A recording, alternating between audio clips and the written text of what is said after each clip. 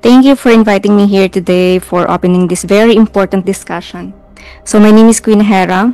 I am a content creator, entrepreneur, and advocate for safe and responsible online spaces. So I'm here today because my daughter became a victim of deepfake pornography. The malicious use of her identity and likeness was directly connected to the issue of online exploitation and manipulation.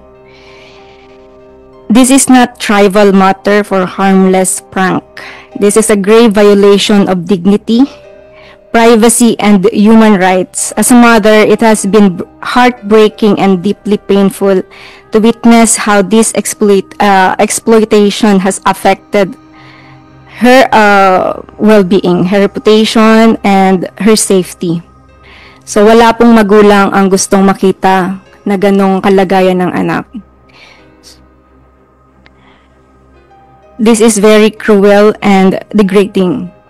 So as a content creator, nagpo-post po ako ng mga video, very normal video, picture ng anak ko and I.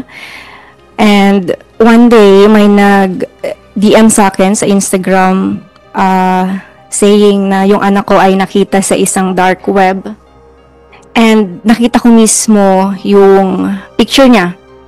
Edited yon, but naka-edit yung mukha niya sa isang private part ng isang lalaki. So as a mother, sobrang heartbreaking nun para sa akin. So I felt helpless at that time, and knowing na parang wala nang safe kahit sa online, kahit sobrang inosente ng post mo, hindi ligtas yon sa mga taong nakakapanood. So hindi natin alam kung ano yung intention nila.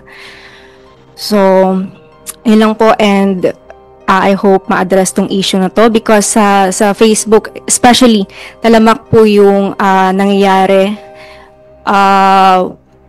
Hindi aware or yung mga magulang na sobrang dami na palang nagkalat nito sa online. Yun lang po.